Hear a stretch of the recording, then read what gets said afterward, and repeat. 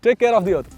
That's what my t-shirt says, and that's what everybody says. And the best way to do that is to drive and ride vehicles that pollute less, emit less pollutants into the air.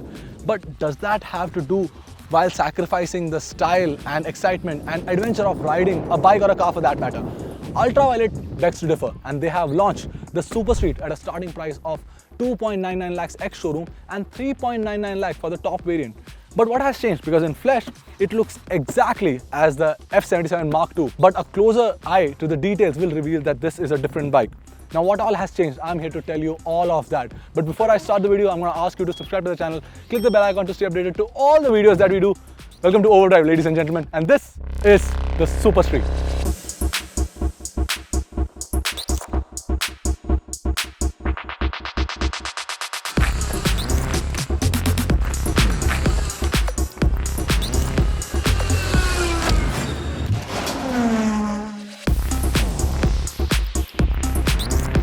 At a glance, you can't make the difference. It looks exactly as same as the F77 Mark II, but a lot has changed. To start with, gone away are the clip-ons from the Mark II. This is a wide handlebar. Take a look at the front. You have 17-inch wheels, MRF tires, alloy wheels, disc brake, 320mm disc brakes up front and 230 at the rear. If I talk about suspension, up front you get a USD unit which has 110mm of travel, and at the rear you have a monoshock with 60mm of travel. Now, as I come to the side, this again is an accessory, it's not stock.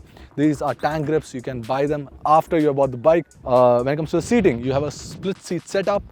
Now the cushioning is on the firmer side of things, but you have concealed grab rails right over here. These are not protruding, these are not visible to naked eye, but then again, there's a cavity right over here where you can hold, the pillion can hold.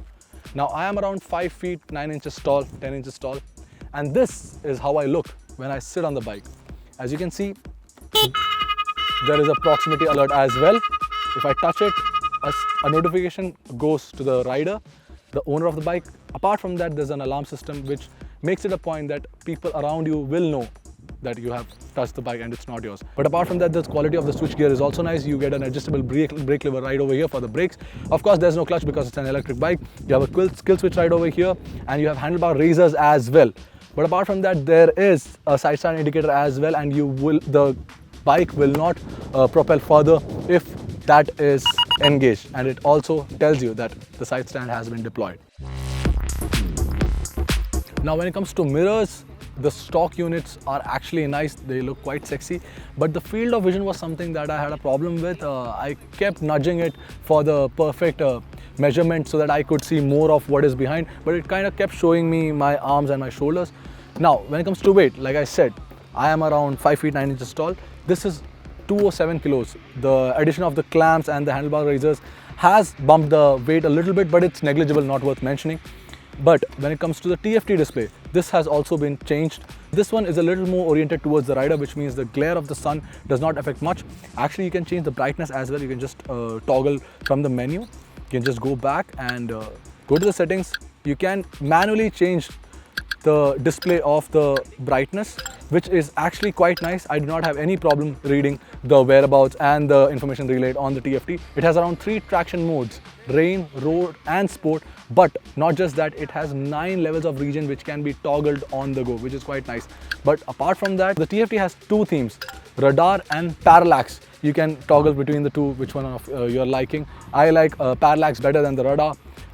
As I go back to the menu, it's a very slick unit, it does not stutter.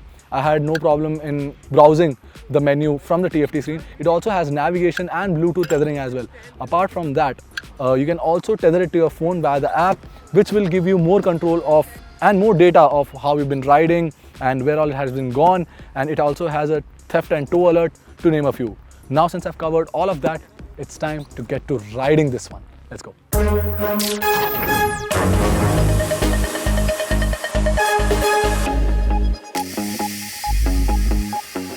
Now, while it contributes to saving the planet, let's talk about how it does that without sacrificing on the style, of course, as you can see, and also the performance. To start with, this one houses a 10.3 kWh battery. The lower variant gets a 7.1 kWh battery. but this one powers a motor that produces 40.2 PS of power and 100 Newton meters of peak torque. The company claims a 0 to 60 in 2.8 seconds and a top speed of 155 km per hour. Now the track that I tested this on, it's a very technical track. I could only go up to 110 km per hour, but I am sure that this one is capable of it first. Secondly, I think this one is very easy to ride. In spite of being 207 kilos, it's very nimble to handle. You can chuck it around the corner. Navigating through traffic is too easy, and you have 3 modes to work with. So you have glide, you have combat, you have ballistic. I've stayed on ballistic for the most part because it is the most exciting mode to ride in. The inputs are adhered to like this. It's snappy, quick, and of course with ballistic, the range is decreased. You have a sacrifice of range. If range is your priority, you have to get from point A to point B. I'd advise you to stick to glide. That is where the inputs are a little more delayed. The performance is a little underwhelming, actually a little more contained. In between both of these, there is the combat mode. That is where you get the best of both worlds. But for someone who is looking at just the riding experience, I would advise you to stay in the ballistic mode. Now, of course, it has quite the commanding road presence while I was at it, not just on the track, but also on the street roads. I had a lot of eyes looking back at this one because it looks beautiful. There are a couple of shades on offer. I like this one better. There's also a red one, and then there's a proper white and a proper black with red accents. This one looks the best, the black and yellow. The braking is actually good. You have dual channel ABS as well, but the front brakes are actually good. They are progressive. It has a sharp bite as well. The rear brakes could use some bite. I felt that, that could use some work. I'm nitpicking over here. Overall, the suspension is on the stiffer side of things, but the front suspension is a little more forgiving than the rear one.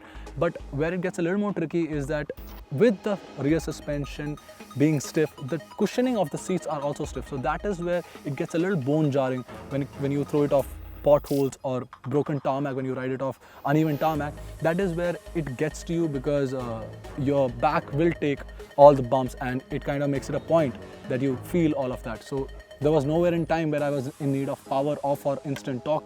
I think it's a beautiful machine to ride. It's quite exciting, it's quite engaging as well. What changed is the ergonomics. So when you sit, you're sitting in a much more relaxed position. The handlebars, you do not have to reach for them. They fall perfectly onto the hands, and you now have an 80-degree rake instead of a 55-degree, which was much more committed when in comparison to the Mark II F77.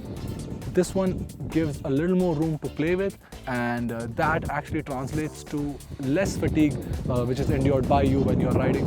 And this also helps in maneuvering the bike a little more. You have much more leverage because of the wider handlebar. But apart from that, I think this is a beautiful machine to work with, be it your highway jaunts or be it your interstate, or for that matter when you are riding from your office to work and work to office. This gives you all the eyeballs and all the power you need. I think it's quite the prospect, and it makes a good case for itself. While this being an electric, I think it makes you feel alive and gives you all the excitement while you're on the road. So what's the takeaway here? At an asking price of 2.99 lakhs ex-showroom for the base variant and 3.99 lakh for the top variant, this one, the SuperStreet, gives you all the excitement, the thrill, the adrenaline that the F77 Mark II had, but with a wider handlebar and a neutral riding stance. Now in my books, that's a nice deal. But that's it from my side on this one. Stick to OVERDRIVE for everything on auto. Always wear your helmets, wear your seatbelts. Stay safe. I'll see you on the next one.